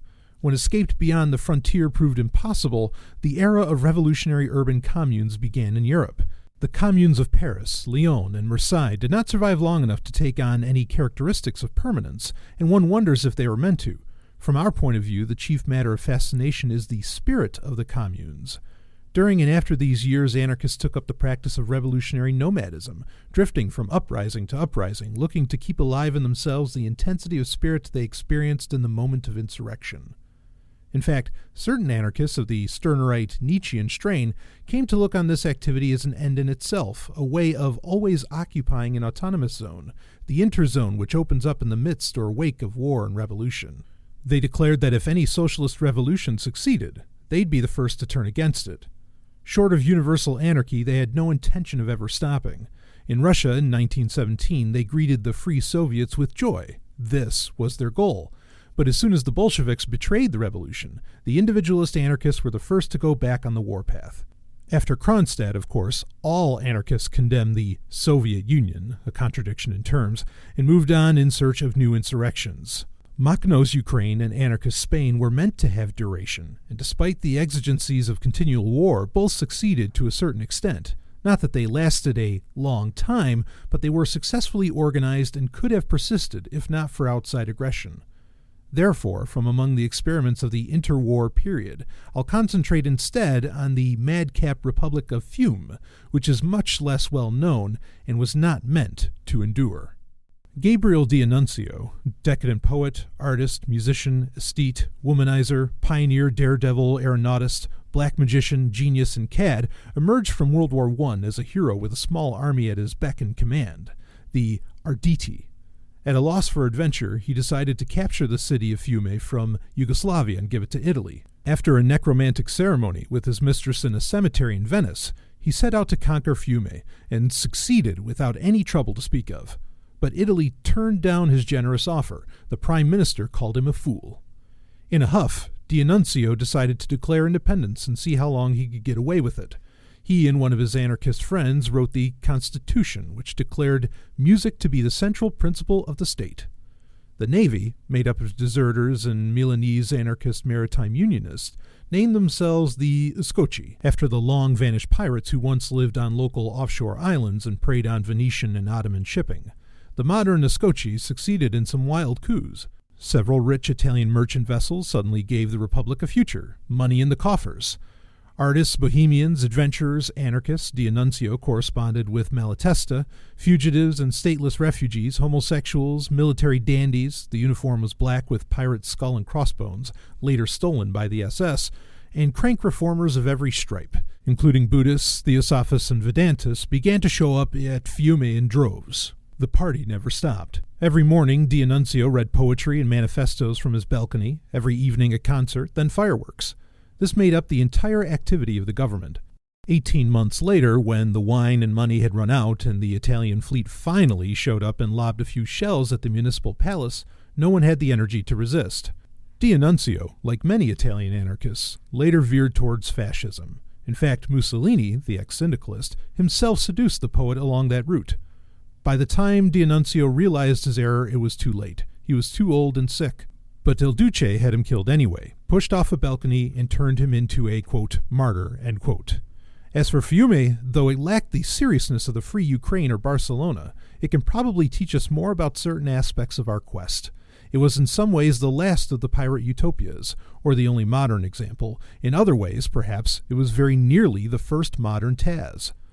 I believe that if we compare Fiume with the Paris Uprising of 1968, also the Italian urban insurrections of the early 70s, as well as with the American countercultural communes and their anarcho-New Left influences, we should notice certain similarities, such as the importance of aesthetic theory, example, the Situationists, also what might be called pirate economics, living high off the surplus of social overproduction, even the popularity of colorful military uniforms, and the concept of music as revolutionary social change, and finally their shared air of impermanence, of being ready to move on, shapeshift, relocate to the other universities, mountaintops, ghettos, factories, safe houses, abandoned farms, or even other planes of reality. No one was trying to impose yet another revolutionary dictatorship, either at Fiume, Paris, or Millbrook. Either the world would change or it wouldn't. Meanwhile, keep on the move and live intensely. The Munich Soviet or Council Republic of 1919 exhibited certain features of the Taz, even though, like most revolutions, its stated goals were not exactly temporary. Gustav Landauer's participation as Minister of Culture, along with Silvo Gesell as Minister of Economics, and other anti-authoritarian and extreme libertarian socialists, such as the poet-playwrights Erich Mühsam and Ernst Toller, and Rhett Marut, the novelist B. Traven, gave the Soviet a distinct anarchist flavor. Landauer, who had spent years of isolation working on his grand synthesis of Nietzsche, Proudhon, Kropotkin, Stirner, Meister Eckhart, the radical mystics, and the romantic Volk philosophers, knew from the start that the Soviet was doomed. He hoped only that it would last long enough to be understood. Kurt Eisner, the martyred founder of the Soviet, believed quite literally that poets and poetry should form the basis of the revolution. Plans were launched to devote a large piece of Bavaria to an experiment in anarcho-socialist economy and community. Landauer drew up proposals for a free school system and a people's theater. Support for the Soviet was more or less confined to the poorest working class and bohemian neighborhoods of Munich, and to groups like the Wandervogel, the neo-romantic youth movement, Jewish radicals like Buber, the Expressionists, and other marginals. Thus, historians dismiss it as the coffeehouse republic and belittle its significance in comparison with Marxist and Spartacist participation in Germany's post-war revolution or revolutions. Outmaneuvered by the communists and eventually murdered by soldiers under the influence of the occult fascist Thule Society, Landauer deserves to be remembered as a saint. Yet even anarchists nowadays tend to misunderstand and condemn him for selling out to a socialist government. If the Soviet had lasted even a year, we would weep at the mention of its beauty, but before even the first flowers of that spring had wilted, the Geist and the spirit of poetry were crushed, and we have forgotten.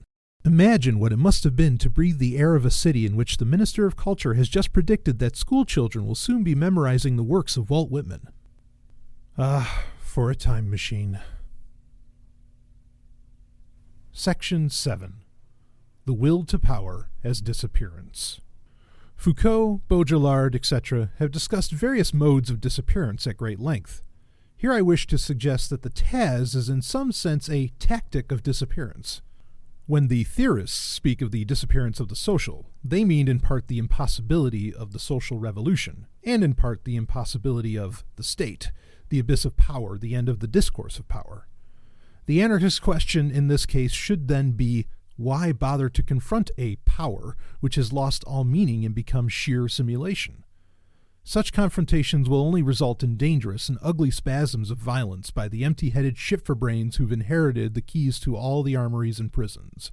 Perhaps this is a crude American misunderstanding of sublime and subtle Franco-Germanic theory. If so, fine. Whoever said understanding was needed to make use of an idea? As I read it, disappearance seems to be a very logical, radical option for our time, not at all a disaster or death for the radical project.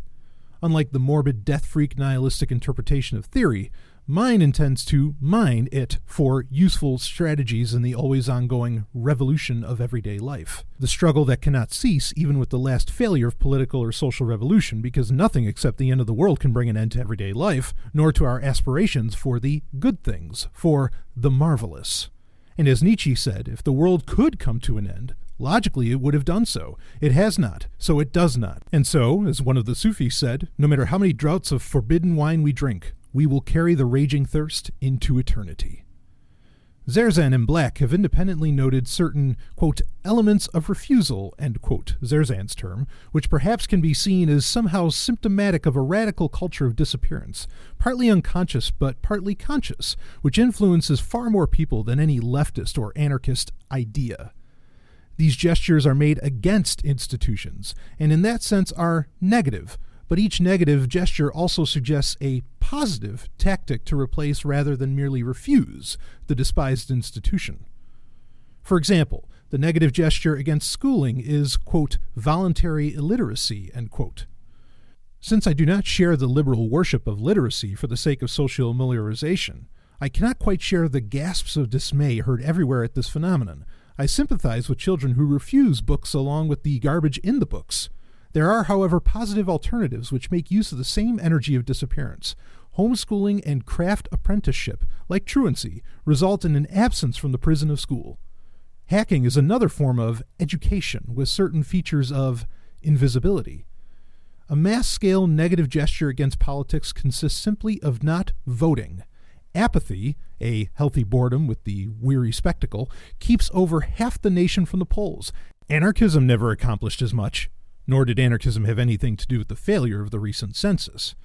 Again, there are positive parallels. Networking as an alternative to politics is practiced at many levels of society, and non-hierarchic organization has attained popularity even outside the anarchist movement, simply because it works. ACT UP and Earth First are two examples. Alcoholics Anonymously, oddly enough, is another. Refusal of work can take the forms of absenteeism, on-job drunkenness, sabotage, and sheer inattention, but it can also give rise to new modes of rebellion, more self-employment, participation in the black economy, and lavaro negro, welfare scams, and other criminal options, pot farming, etc., all more or less invisible activities compared to the traditional leftist confrontational tactics, such as the general strike. Refusal of the church? Well, the negative gesture here probably consists of watching television. But the positive alternatives include all sorts of non-authoritarian forms of spirituality, from unchurched Christianity to neo-paganism. The free religions, as I like to call them, small, self-created, half-serious, half-fun cults influenced by such currents as Discordianism and anarcho-Taoism, are to be found all over marginal America and provide a growing, quote, fourth way, end quote, outside the mainstream churches, the televangelical bigots, and New Age vapidity and consumerism. It might also be said that the chief refusal of orthodoxy consists of the construction of private moralities in the Nietzschean sense, the spirituality of free spirits. The negative refusal of home is homelessness, which most consider a form of victimization, not wishing to be forced into nomadology. But homelessness can in a sense be a virtue, an adventure, so it appears at least to the huge international movement of the squatters, our modern hobos. The negative refusal of the family is clearly divorce or some other symptom of breakdown. The positive alternative springs from the realization that life can be happier without the nuclear family, whereupon 100 flowers bloom from single parentage to group marriage to erotic affinity group. The European project fights a major rearguard action in defense of family. Oedipal misery lies at the heart of control. Alternatives exist, but they must remain in hiding, especially since the war against sex of the 1980s and 1990s. What is the refusal of art? The negative gesture is not to be found in the silly nihilism of an art strike or the defacing of famous painting. It is to be seen in the almost universal glassy-eyed boredom that creeps over most people at the very mention of the word. But what would the positive gesture consist of? Is it possible to imagine an aesthetics that does not engage, that removes itself from history and even from the market, or at least tends to do so, which wants to replace representation with presence?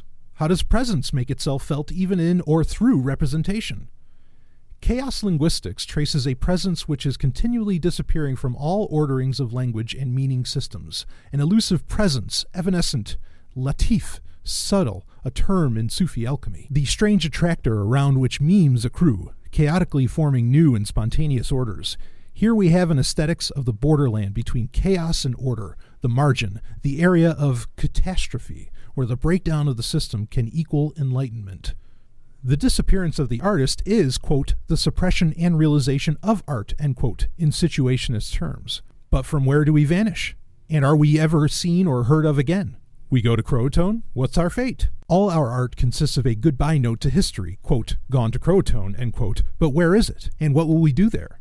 First, we're not talking here about literally vanishing from the world and its future. No escape backward in time to Paleolithic original leisure society, no forever utopia, no back mountain hideaway, no island, also no post-revolutionary utopia, most likely no revolution at all, also no Vanu, no anarchist space stations, nor do we accept a Baudrillardian disappearance into the silence of an ironic hyperconformity. I have no quarrel with any rimbuds who escape art for whatever Abyssinia they can find.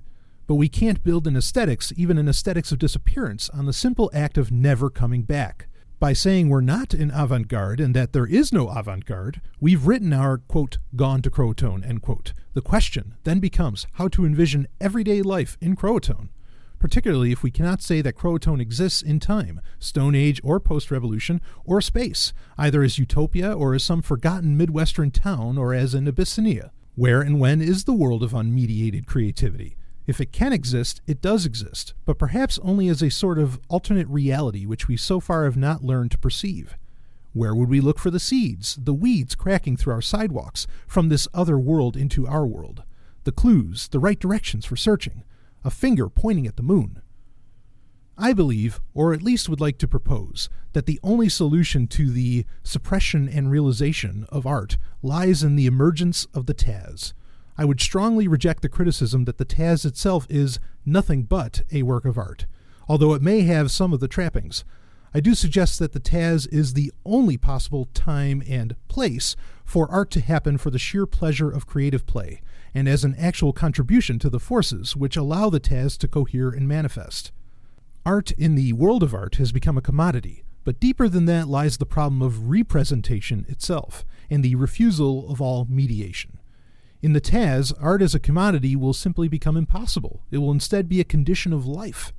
Mediation is harder to overcome, but the removal of all barriers between artists and users of art will tend toward a condition in which, quote, the artist is not a special sort of person, but every person is a special sort of artist, end quote. In sum, disappearance is not necessarily a catastrophe, except in the mathematical sense of, quote, a sudden topological change, end quote. All the positive gestures sketched here seem to involve various degrees of invisibility rather than traditional revolutionary confrontation. The New Left never really believed in its own existence till it saw itself on the evening news. The New Autonomy, by contrast, will either infiltrate the media and subvert it from within, or else never be seen at all. The Taz exists not only beyond control, but also beyond definition, beyond gazing and naming as acts of enslaving, beyond the understanding of the state, beyond the state's ability to see. Section 8. Rat Holes in the Babylon of Information. The Taz as a conscious radical tactic will emerge under certain conditions. 1. Psychological liberation. That is, we must realize, make real, the moments and spaces in which freedom is not only possible, but actual. We must know in what ways we are genuinely oppressed, and also in what ways we are self-repressed or ensnared in a fantasy in which ideas oppress us. Work, for example, is a far more actual source of misery for most of us than legislative politics. Alienation is far more dangerous for us than toothless, outdated, dying ideologies. Mental addiction to ideals, which in fact turn out to be mere projections of our resentment and sensations of victimization, will never further our project. The Taz is not a harbinger of some pie-in-the-sky social utopia to which we must sacrifice our lives that our children's children may breathe a bit of free air. The Taz must be the scene of our present autonomy, but it can only exist on the condition that we already know ourselves as free beings. 2. The counternet must expand. At present, it reflects more abstraction than actuality. Zines and BBSs exchange information, which is part of the necessary groundwork of the Taz, but very little of this information relates to concrete goods and services necessary for the autonomous life. We do not live in cyberspace. To dream that we do is to fall into cybergnosis, the false transcendence of the body. The Taz is a physical place, and we are either in it or not. All the senses must be involved. The web is like a new sense in some ways, but it must be added to the others. The others must not be subtracted from it, as in some horrible parody of the mystic trance. Without the web, the full realization of the Taz complex would be impossible, but the web is not the end in itself. It's a weapon. 3. The apparatus of control, the state, must, or so we must assume, continue to deliquesce and petrify simultaneously, must progress on its present course in which hysterical rigidity comes more and more to mask a vacuity, an abyss of power. As power disappears, our will to power must be disappearance.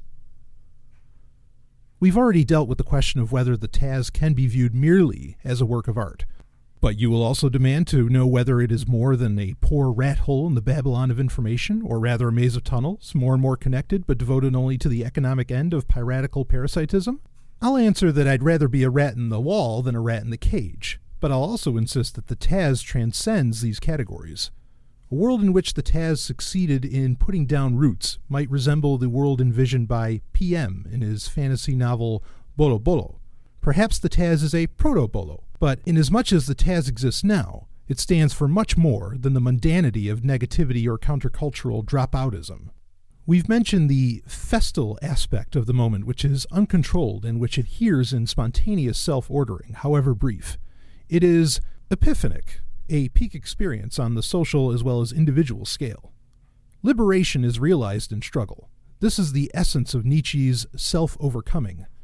The present thesis might also take for a sign of Nietzsche's wandering.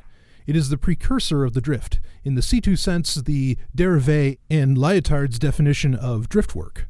We can foresee a whole new geography, a kind of pilgrimage map, in which holy sites are replaced by peak experiences and Tazes, a real science of psychotopography, perhaps to be called geoautonomy or anarchomancy. The Taz involves a kind of ferality, a growth from tameness to wilderness, a return which is also a step forward. It also demands a yoga of chaos, a project of higher orderings of consciousness or simply of life, which are approached by surfing the wavefront of chaos, of complex dynamism. The Taz is an art of life in continual rising up, wild but gentle, a seducer, not a rapist, a smuggler rather than a bloody pirate, a dancer, not an eschatologist. Let us admit that we have attended parties where for one brief night a republic of gratified desires was attained. Shall we not confess that the politics of that night have more reality and force for us than those of, say, the entire U.S. government? Some of the parties we've mentioned lasted for 2 or 3 years. Is this something worth imagining, worth fighting for? Let us study invisibility, web working, psychic nomadism, and who knows what we might attain. Spring Equinox, 1990. End of the Temporary Autonomous Zone by Hakim Bey, authored in 1991. From Appendix C, The Dinner Party by S. Pearl Andrews, originally published in The Science of Society. The Dinner Party. The highest type of human society in the existing social order is found in the parlor. In the elegant and refined reunions of the aristocratic classes, there is none of the impertinent interference of legislation. The individuality of each is fully admitted. Intercourse, therefore, is perfectly free. Conversation is continuous, brilliant, and varied. Groups are formed according to attraction. They are continuously broken up and reformed through the operation of the same subtle and all-pervading influence. Mutual deference pervades all classes, and the most perfect harmony ever yet attained in complex human relations prevails under precisely those circumstances which legislators and statesmen dread as the conditions of inevitable anarchy and confusion. If there are laws of etiquette at all, they are mere suggestions of principles admitted into or judged of for himself or herself by each individual mind. Is it conceivable that in all the future progress of humanity, with all the innumerable elements of development which the present age is unfolding, society generally and in all its relations will not attain as high a grade of perfection as certain portions of society, in certain special relations, have already attained? Suppose the intercourse of the parlor to be regulated by specific legislation. Let the time which each gentleman shall be allowed to speak to each lady be fixed by law, the position in which they should sit or stand be precisely regulated, the subjects which they shall be allowed to speak of, and the tone of voice and accompanying gestures with which each may be treated, carefully defined, all under pretext of preventing disorder and encroachment upon each other's privileges and rights. Then can anything be conceived better calculated or more certain to convert social intercourse into intolerable slavery and hopeless confusion? S. Pearl Andrews, The Science of Society. Part 7, Permanent Tazes, by Hakim Bey, from Talking Mail 5, Winter, 1994. Taz theory tries to concern itself with existing or emerging situations rather than with pure utopianism. All over the world, people are leaving or disappearing themselves from the grid of alienation and seeking ways to restore human contact. An interesting example of this on the level of urban folk culture can be found in the proliferation of hobby networks and conferences. Recently, I discovered the zines of two such groups, Crown Jewels of Highwire, devoted to the collection of glass electrical insulators, and a journal on cucurbitology, the gourd. A vast amount of creativity goes into these obsessions. The various periodic gatherings of fellow maniacs amount to genuine face-to-face, unmediated festivals of eccentricity. It's not just the counterculture which seeks its Tazes. It's nomad encampments and nights of liberation from the consensus. Self-organized and autonomous groups are springing up amongst every class and subculture. Vast tracts of the Babylonian Empire are now virtually empty, populated only by the spooks of mass media and a few psychotic policemen. Taz theory realizes that this is happening. We're not talking about should or will be. We're talking about an already existing movement. Our use of various thought experiments, utopian poetics, paranoia criticism, etc. aims at helping to clarify this complex and still largely undocumented movement, to give it some theoretical focus and self-awareness, and to suggest tactics based on coherent, integral strategies, to act the midwife or the panegyrist, not the vanguard. And so we've had to consider the fact that not all existing autonomous zones are temporary. Some are, at least by intention, more or less permanent. Certain cracks in the Babylonian monolith appear so vacant that whole groups can move into them and settle down. Certain theories, such as permaculture, have been developed to deal with this situation and make the most of it. Villages, communes, communities, even arcologies and biospheres, or other utopian city forms, are being experimented with and implemented. Even here, however, Taz theory may offer some useful thought tools and clarifications. What about a poetique, a way of making, and a politique, a way of living together, for the permanent Taz or Paz? What about the actual relation between temporariness and permanence? How can the Paz renew and refresh itself periodically with the festival aspect of the Taz? 1. The question of publicity. Recent events in the US and Europe have shown that self-organized autonomous groups strike fear into the heart of the state. MOVE in Philadelphia, the Koreshites of Waco, Deadheads, Rainbow Tribes, computer hackers, squatters, etc. have been targeted for varying intensity levels of extermination, and yet other autonomous groups go unnoticed, or at least unpersecuted. What makes the difference? One may be the maligning effect of publicity or mediation. The media experience a vampiric thirst for the shadow passion play of terrorism. Babylon's public ritual of expiation, scapegoating, and blood sacrifice. Once any autonomous group allows this particular gaze to fall upon it, the shit hits the fan. The media will try to arrange a mini-Armageddon to satisfy its junk sickness for spectacle and death. Now the Paz makes a fine sitting target for such a media smart bomb. Besieged inside its compound, the self-organized group can only succumb to some sort of cheap, predetermined martyrdom. Presumably, this role appeals only to neurotic masochists? In any case, most groups will want to live out their natural span or trajectory in peace and quiet. A good tactic here might be to avoid publicity from the mass media as if it were the plague. A bit of natural paranoia comes in handy, so long as it doesn't become an end in itself. One must be cunning in order to get away with being bold. A touch of camouflage, a flair for invisibility, a sense of tact as a tactic might be useful to a Paz as a Taz. Humble suggestions: use only intimate media, zines, phone trees, BBSs, free radio and mini FM, public access cable, etc. Avoid blustering, macho confrontationalist attitude. You don't need 5 seconds on the evening news, quote, police raid cultists, end quote, to validate your existence. Our slogan might be, quote, get a life, not a lifestyle, end quote. 2. Access. People probably ought to choose the people they live with. Open membership communes invariably end up swamped with freeloaders and sex-starved pathetic creeps. Pazes must choose their own membership mutually. This has nothing to do with elitism.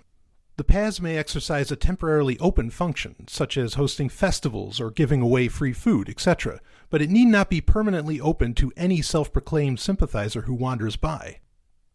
3. The emergence of a genuinely alternative economy. Once again, this is already happening, but it needs a huge amount of work before it comes into focus. The sub-economies of Lavaro Nero, untaxed transactions, barter, etc., tend to be severely limited and localized. BBSs and other networking systems could be used to link up these regional, marginal economies, quote, household managements, end quote, into a viable alternative economy of some magnitude. PM has already outlined something like this in Bolo Bolo. In fact, a number of possible systems already exist in theory anyway. The problem is how to construct a true alternative economy, i.e. a complete economy, without attracting the IRS and other capitalist running dogs. How can I exchange my skills as, say, a plumber or a moonshiner for the food, books, shelter, and psychoactive plants I want without paying taxes or even without using any state-forged money? How can I live a comfortable, even luxurious life free of all interactions and transactions with commodity world? If we took all the energy leftists put into demos and all the energy libertarians put into playing feudal little third-party games, and if we redirected all that power into the construction of a real underground economy, we would already have accomplished the revolution long ago. 4. The world came to an end in 1972. The hollowed-out effigy of the absolute state finally toppled in 1989. The last ideology, capitalism, is no more than a skin disease of the very late Neolithic. It's a desiring machine running on empty. I'm hoping to see a Deliquesce in my lifetime, like one of Dali's Mindscapes. And I want to have somewhere to go when the shit comes down. Of course, the death of capitalism needn't entail the Godzilla-like destruction of all human culture. This scenario is merely a terror image propagated by capitalism itself. Nevertheless, it stands to reason that the dreaming corpse will spasm violently before rigor mortis sets in, and New York or LA may not be the smartest place to wait out the storm, and the storm may have already begun. On the other hand, New York City and LA might not be the worst places to create the new world. One can imagine whole squatted neighborhoods, gangs transformed into people's militias, etc. Now, the gypsy RV way of life may be one way to deal with the ongoing meltdown of too-late capitalism, but as for me, I'd prefer a nice anarchist monastery somewhere, a typical place for scholars to sit out the dark ages. The more we organize this now, the less hassle we'll have to face later. I'm not talking about survival. I'm not interested in mere survival. I want to thrive. Back to utopia. 5. Festivals. The Paz serves a vital function as a node in the Taz web, a meeting place for a wide circle of friends and allies who may not actually live full-time on the farm or in the village. Ancient villages held fairs which brought wealth to the community, provided markets for travelers, and created festal time and space for all participants. Nowadays, the festival is emerging as one of the most important forms of the Taz itself, but can also provide renewal and fresh energy for the Paz. I remember reading somewhere that in the Middle Ages there were 111 holidays a year. We should take this as our utopian minimum and strive to do even better. Note, the utopian minima proposed by C. Fourier consisted of more food and sex than the average 18th century French aristocrat enjoyed. B. Fuller proposed the term bare minimum for a similar concept. 6. The living earth. I believe that there exist plenty of good selfish reasons for desiring the organic, it's sexier, the natural, it tastes better, the green, it's more beautiful, the wilderness, it's more exciting. Communitas, as P. Goodman called it, and conviviality, as I. Illich called it, are more pleasurable than their opposites. The living earth need not exclude the organic city. The small but intense conglomeration of humanity devoted to the arts and slightly decadent joys of a civilization purged of all its gigantism and enforced loneliness, but even those of us who enjoy cities can see immediate and hedonic motives for fighting for the environment.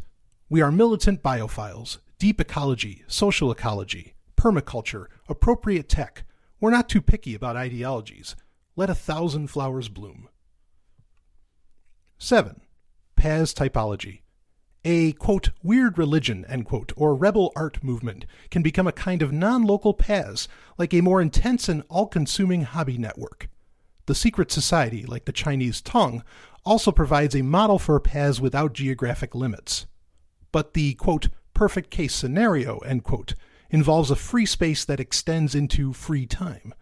The essence of the Paz must be the long drawn-out intensification of the joys and risks of the Taz. And the intensification of the Paz will be utopia now. Hakim Bey, Dreamtime, August 1993. This is the end of The Temporary Autonomous Zone by Hakim Bey, authored in 1991. Brought to you by Sovryn Tech First University.